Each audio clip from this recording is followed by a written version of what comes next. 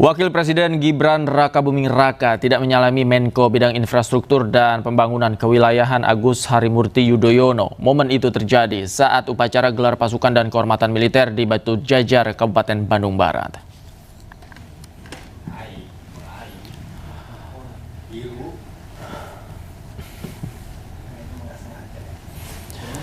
Wakil Presiden Gibran yang baru tiba di lokasi upacara terlihat tidak mendatangi dan menyalami Agus Harimurti Yudhoyono yang berdiri bersama jajaran menteri lainnya seperti Pratikno, Muhaimin Iskandar, dan Zulkifli Hasan. AHY pun tampak hanya menatap Gibran yang melewatinya. Gibran justru langsung menghampiri dan menyalami Jaksa Agung ST Burhanuddin, Kepala Staf Angkatan Udara Marskal TNI Muhammad Tony Haryono, dan Kepala Staf Angkatan Darat Jenderal Maruli Simanjuntak yang berada di jajaran tengah kursi VIP. Ini berbeda dengan perlakuan Presiden Prabowo Subianto saat tiba di lokasi upacara.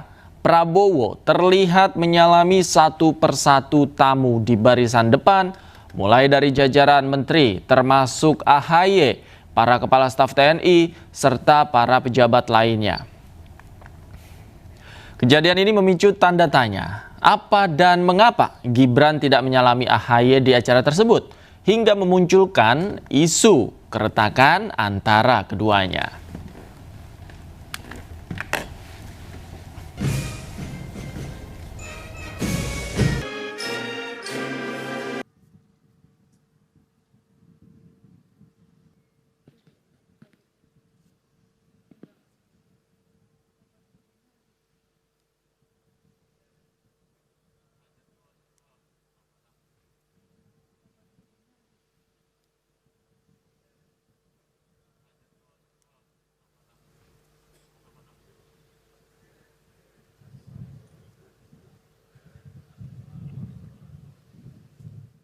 Dan pemirsa, untuk membahas lebih dalam menanggapi isu keretakan antara Wakil Presiden Gibran dan Agus Harimurti Yudhoyono, kami telah terhubung dengan Andi Aswan, Wakil Ketua Umum Jokowi Mania, dan Adi Praitno, pakar politik. Selamat malam, Bang Andi Aswan. Mas Adi, apa kabar? Malam, David. Malam. Malam, Mas Adi. Saya ke Bang Andi terlebih dahulu. Bang Andi, kalau melihat video yang tadi Anda sudah saksikan, tafsiran Anda seperti apa? Benarkah ada sesuatu antara hubungan Wakil Presiden Gibran dan Mas AHY? Ya, David, kalau kita lihat itu pasti menarik kalau dikait-kaitkan dengan Mas Gibran ataupun keluarga Jokowi gitu. Kalau menurut saya hal itu seperti biasa-biasa saja. Ya, kalau kita lihat kan di situ juga ada Mas Pratikno, ya, ada AHY dan sebagainya, dan beliau langsung menuju ke ke Jaksa Agung dan beberapa dari petinggi-petinggi TNI, ya. Dan ini sepertinya hal yang biasa-biasa saja yang dilakukan itu, ya, karena ya di kabinet kan mereka sering bertemu juga gitu, ya. Dan juga ya dia langsung menyalami ya Kasat, ya, ada Kaso itu ya karena memang juga mungkin jarang bertemu dengan mereka itu. Kita tidak menanggapi secara politik lah hal-hal itu ada hal yang biasa saja. Mungkin secara protokolernya mungkin agak sedikit agak sedikit inilah ya mungkin ya kalau dibilang protokoler. Tapi kalau menurut pandangan saya sih sebetulnya itu hal yang biasa saja. Dia langsung menuju posisinya di tempat sambil menunggu Pak Presiden datang gitu loh. Kalau dikaitkan dengan dikatakan perseteruan tanda kutip ya antara AHY dan Mas Gibran, saya rasa tidak ada perseteruan itu, dan ini mereka masih sahabat lah, masih sahabat baik di dalam kabinet maupun juga di luar kabinet. Seperti itu. Oke. Mas Adi, Anda melihatnya seperti apa? Apalagi kalau kita lihat dari videonya ekspresi Mas AHY ketika katakanlah dilewati begitu, di skip oleh Wakil Presiden Gibran, seperti apa? Ya, pertama sebenarnya kenapa ini menjadi ramai, karena budaya salaman itu adalah dianggap sebagai budaya orang ketimuran secara umum. Jadi kalau ada pertemuan pejabat-pejabat penting di negara kita, presiden, wakil presiden, anggota dewan, dan pejabat publik yang lain, seringkali memang suka saling bersalaman satu sama yang lain. Jadi wajar kalau kemudian ketika Wapres Gibran itu tidak menyalami sejumlah orang, baru kemudian memunculkan isu-isu politik yang kemana-mana. Kalau mau jujur sebenarnya yang tidak disalami itu bukan hanya AHY, tapi ada Caimin, ada Zulhas, kemudian juga Pak Bahlil bahkan yang dinilai cukup dekat dengan Pak Jokowi itu juga tidak disalami. Tapi ketika ketua umum partai ini kan tidak dihadap-hadapkan oleh publik bahwa kalau tidak salaman dengan Bahlil ya mungkin itu tidak ada persoalan apapun dengan Pak Zulhas ataupun Muhaimin, tidak ada rivalitas apapun. Tapi beda ceritanya kalau tidak menyalami AHY, ini pasti dikait-kaitkan soal bagaimana ketegangan keduanya itu terjadi. Apalagi beberapa waktu yang lalu kan muncul narasi-narasi ada partai biru, orang besar, dan seterusnya, dan seterusnya. Inilah yang kemudian termasuk Aya News malam hari ini. Pasti yang dibahas itu adalah Gibran versus AHY, bukan Gibran versus Muhaimin versus Zulkifli Hasan ataupun versus Bahlil Lahadalia.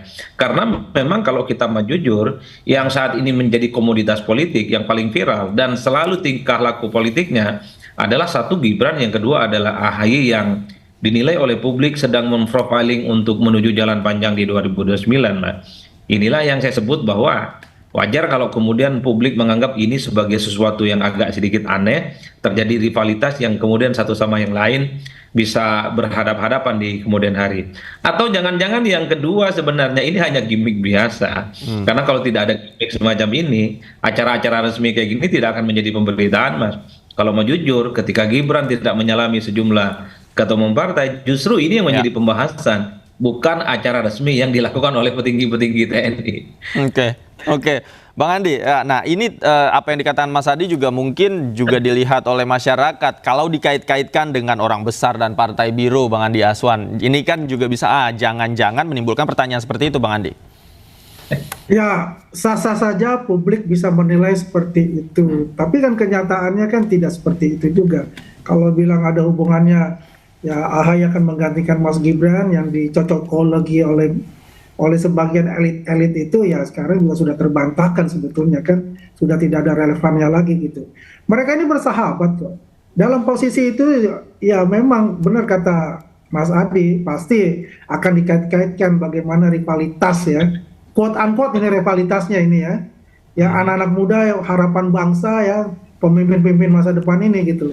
Saya ingat waktu ulang tahun Demokrat ya, ketika Pak Prabowo ada roasting sedikit dengan Mas Gibran dengan Mas AHY gitu kan, itu kelihatan dibilang itu ada rivalitas itu, padahal itu kan ada sesuatu yang sekedar roasting dari Pak Presiden, dan ini terus dikaitkan sampai sekarang gitu, bagaimana rivalitas itu seperti ada yang mengkompori terus itu, rivalitas itu terjadi antara AHY dan Mas Gibran itu. Pada dasarnya mereka ini adalah potensi-potensi pemimpin bangsa masa depan dan mereka bersahabat ya. Yang apapun yang terjadi itu nanti itu urusan nanti ke depan gitu. Yang penting ya kita senang-senang saja ngeliat anak-anak muda yang hebat-hebat ini bisa menjadi penerus bangsa kita sebagai pemimpin yang akan datang. Gitu, Mas Davi. Oke, tapi kalau bicara soal gestur, apalagi gestur pejabat ini kan barangkali menyimpan makna tertentu. Mas Adi ya, saya ke Mas Adi. Gestur kemudian juga kemudian gimmick yang tadi Anda sebutkan, ini maknanya seperti apa? Karena Mas Gibran ini dalam video ini langsung melewati, kemudian ada ekspresi sedikit terkejut di wajah Mas AHY. Pertama kalau mau jujur ya, dari segi angle video yang ditampilkan oleh kawan-kawan media, itu justru ekspresi AHY yang ditampilkan, Muhaimin nggak ditampilkan, Bahlil nggak ditampilkan, Zulhas nggak ditampilkan. Karena tiga ketum ini dianggap tidak punya persoalan apapun dengan Gibran. Jadi sekalipun tidak salaman ataupun salaman sekalipun, itu tidak menjadi berita, tidak happening, dan tidak menarik sebagai sebuah komoditas politik karena dianggap tidak ada persaingan dan rivalitas. Agak beda ceritanya kalau bicara Gibran, AHY tidak salaman.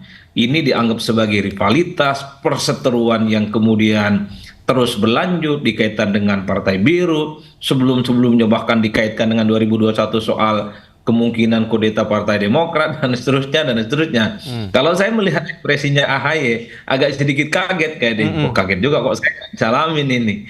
Dianggap sebagai sesuatu yang mungkin nggak wajar karena biasanya barisan-barisan depan yang berderet semacam itu biasanya satu sama yang lain itu saling bersalaman sebagai upaya untuk memunculkan ya ini adalah budaya ketimuran, kemudian harmonisasi dan sebagai bentuk rasa bagaimana memang kehangatan antar elit-elit kunci di negara kita itu sudah terbangun. dibangun sejak lama. Tapi justru saya menduga, Mas, jangan-jangan ini memang sangat gimmick biar politik kita ini nggak tegang-tegang amat.